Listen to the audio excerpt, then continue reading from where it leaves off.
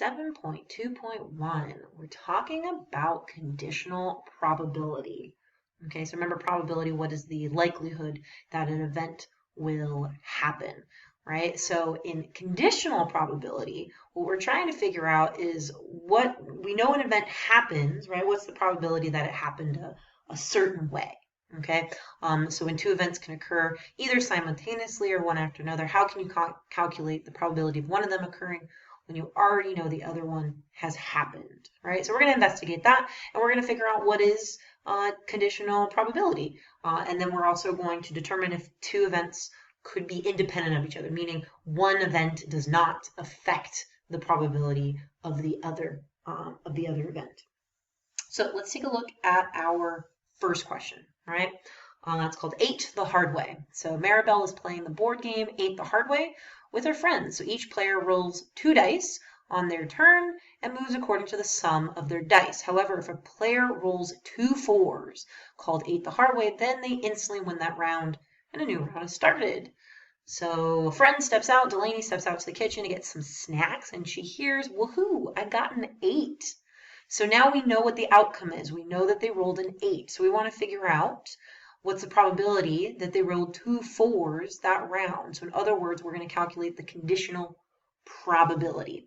So the first thing that we're going to do is we're going to kind of follow these steps. So the first thing I'm going to do is I'm going to create a diagram to represent all the possible sums of a number when rolling 2 dice.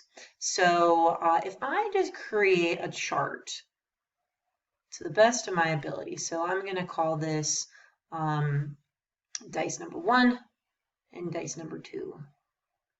So second dice will be here. We'll put first dice up here. Hopefully I made enough squares. So dice can land either a 1, a 2, a 3, a 4, 5, ooh, and perfect, and a 6. And same thing over here. So 1,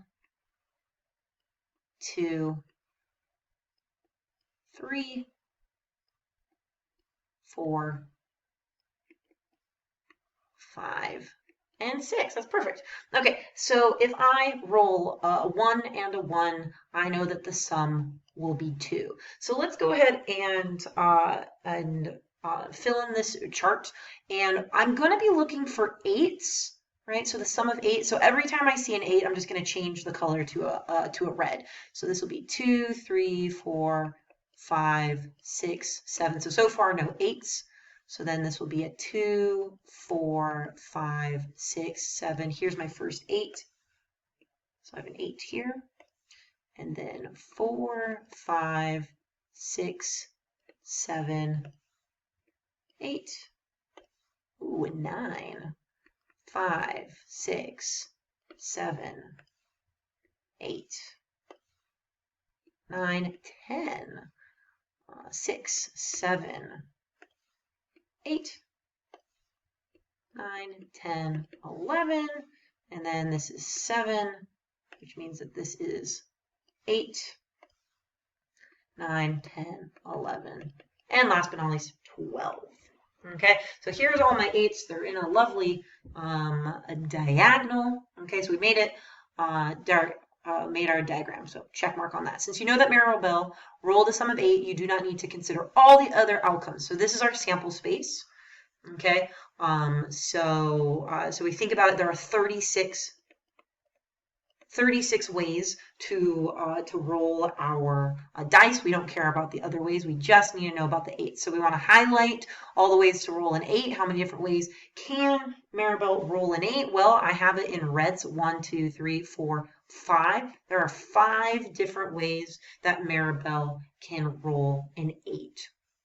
Okay, so now we're interested in the event 8 the hard way. So how many different ways can 2 4s be rolled? So here's 1 4 and here's 1 4. So there's only one way for 8 the hard way.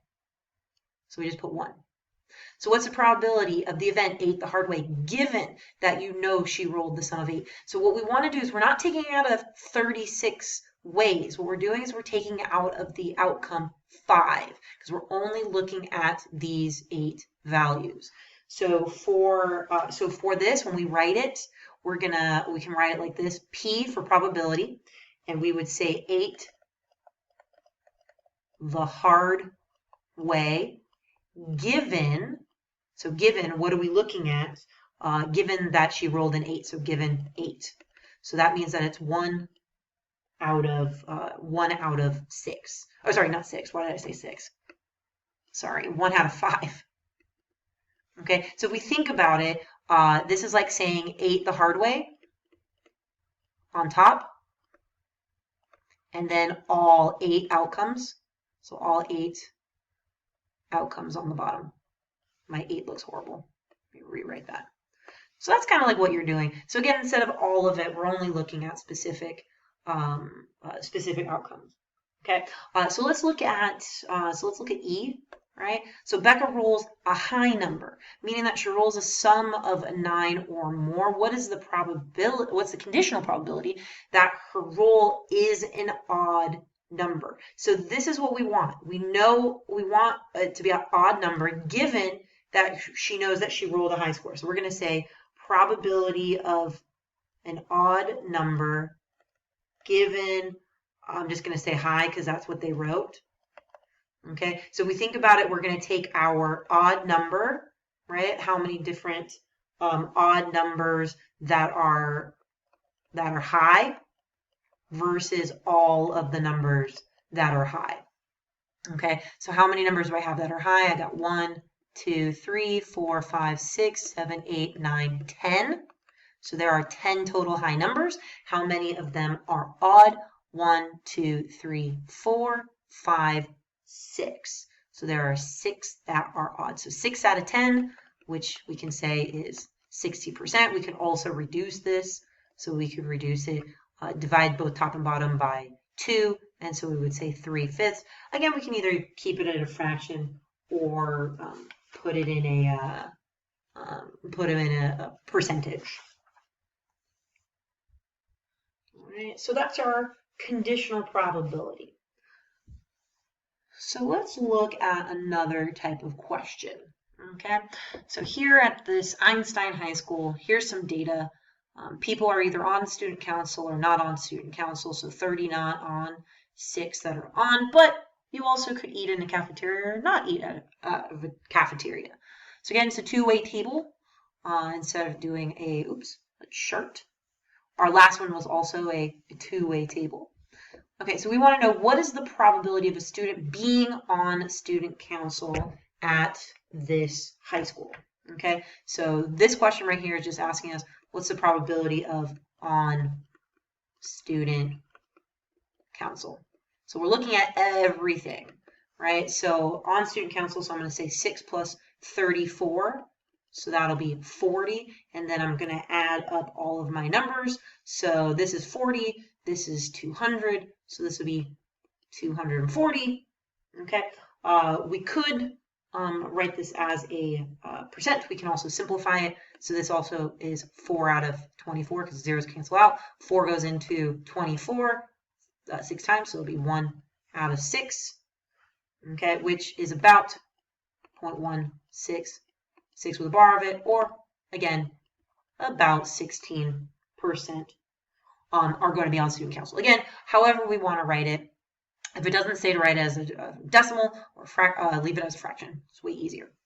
Okay, so again, copy the table and shade the cells with the students who eat at the cafeteria. So these are the kids that eat at the cafeteria. So I'm going to shade this guy in, so blue and blue. What is the conditional probability of a student being on student council given that you know the student eats at the cafeteria? So this question is asking us, so again, on student council given eats at caf, right? So now we want everyone that eats at the caf, right? So here's eat at the caf, so there are 36 kids that eat at the cafeteria, and then how many are just on student council that eat at the cafeteria? 6, right? So 6 over 36 can be reduced to 1/6, which is the same answer as 16 at 16%. So these are the same values. So two events, this is very, very important right here.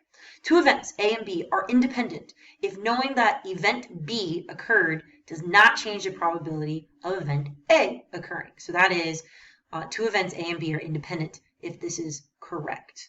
Okay, so if we think about this, this question is asking us this: probability of on student council given eats at caf, right? So this is your, so think of this as your A, and then this is your B, and then the probability of on student council. So again, this is your A value. So we want to know, are these independent? So if they're independent, they equal each other. So if we look at the top problem, notice that this gave us 1/6, right? Just on student council, we've already done it. On student council given cafeteria, we know it's 1/6. Are these equal to each other? So yes. So yes, they are independent, and we've just shown it with that information. Okay, so anytime you're asking if they're independent, we would say yes if they're equal to. If they're not independent, these will not be equal to each other, which we'll see in another example. Okay, so again, this is also another important piece of information. So it says two events are mutually exclusive, right? Or another word is disjoint, but we use mutually exclusive a little bit more if they cannot both occur at the same time. So think about this. You cannot be both a freshman in high school and a senior in high school. That doesn't work, right? So how do we know these two mutually exclusives? Is this information right here. If A and B is going to equal, it's going to equal 0. So again, I would say probability of on student council and eats at cafeteria, right? So this time there's no given information. I'm just looking at both of them. So I'm going to be looking at the whole event. So this will be 240. So on student council, boom, eats at cafeteria 6, right? 6 does not go into 240 0 times, right? So since this does not equal 0, these are not mutually exclusive. So we would say no to that problem. And that's it. That's all you have to know about the independent. These means that they can occur separately and they're not going to affect the probability of one or the other. And mutually exclusive means that they cannot occur at the same time. Obviously, this they are going to occur at the same time because it doesn't equal 0. So in the next video, we're going to see another 2 examples of how we can see this mutually exclusive and independent probability.